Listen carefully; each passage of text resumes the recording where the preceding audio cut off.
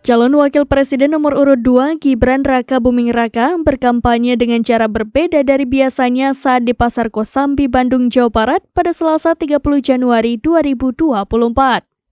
Gibran mengenakan jaket kulit hingga motor mewah saat hadir di lokasi kampanye.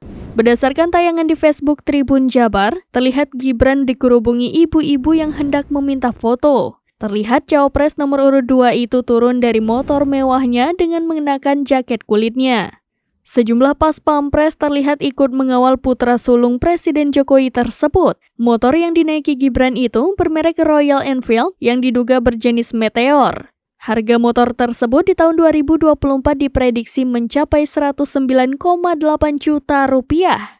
Diketahui Gibran berkunjung ke The Hallway Space di Pasar Kosambi yang menjadi salah satu antara ikon kota Bandung. Meski berada dalam pasar, tempat itu disulap untuk menjadi tempat yang cozy sebagai wadah untuk produk lokal. Mulai dari produk kerajinan tangan atau kriya, fashion, musik hingga olahraga dapat ditemukan di tempat ini.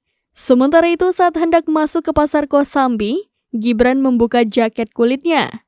Wali Kota Solo itu mengenakan kemeja bermotif kartun bergaya khas anak muda.